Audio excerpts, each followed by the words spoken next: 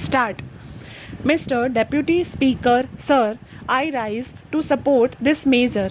When we talk in this house or outside, we always talk in terms of the farmers. It is a fact that our country is predominantly a farming country.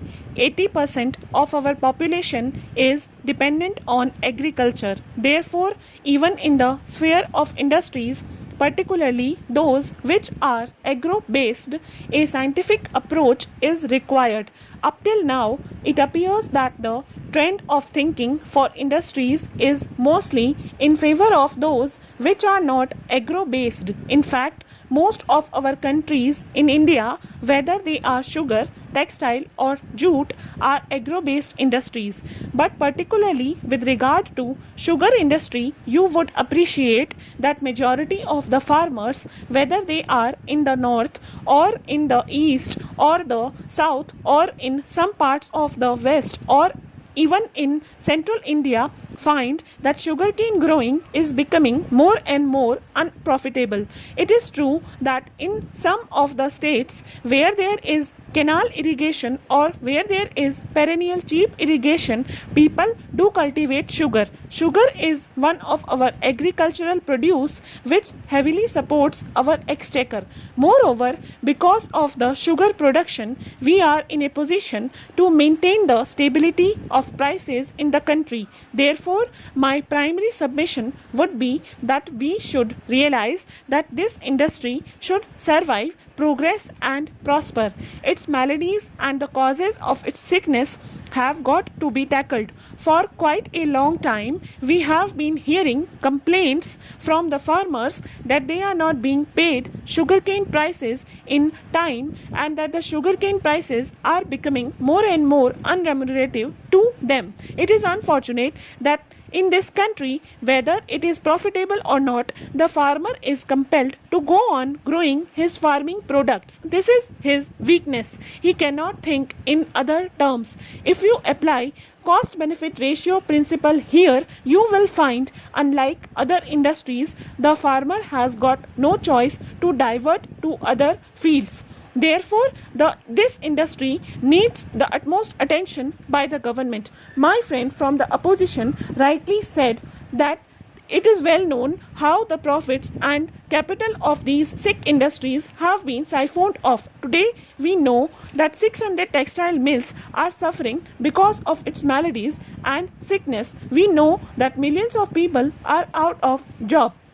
Similarly, if you do not give specific attention to the sugar industry, the fate of the farmers and workers in the sugar factories would be in jeopardy. Therefore, my submission is that until we make the entire farming community stand on its own legs, our goal of making our economy self-reliant as early as possible will not be achieved. Therefore, sir, my submission is that today we export our sugar at a subsidized rate.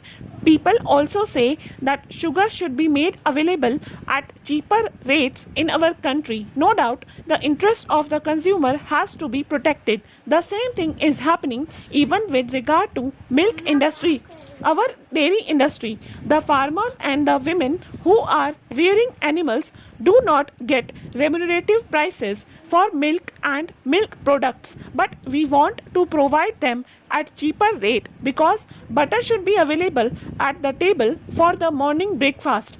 Ghee should be available at the dining table at cheaper rate. All these are the demands made by the vocal people. So far, we are going on yielding to the demand made by the vocal people and not by the people who are perspiring on the soil. So far, we have not paid any attention to the difficulties of the farmers. I come from a village and I know the difficulties of villagers. There is no 8-hour shift. There is no DNS allowance with the rise in the price index level.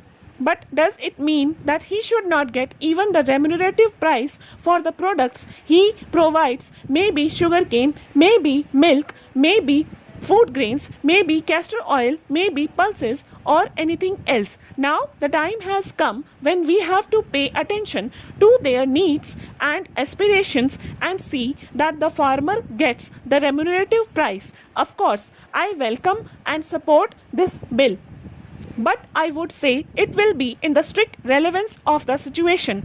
If I impress upon the Honorable Minister and the Agriculture Department in the Government of India to pay more attention to the difficulties of our farmers, now the time has come when, even with regard to agriculture and agro-based industries, a scientific approach and thorough examination has got to be done. Otherwise, the discontent and the poverty that you want to eradicate, you would not be in a position to root out for all time to come. In the sugar industry, modernization is not there. Depreciation funds which are being collected by the industry are not used properly. Allotment of funds, as already mentioned, is done for the other industries but not for the sugar industry at all. Stop.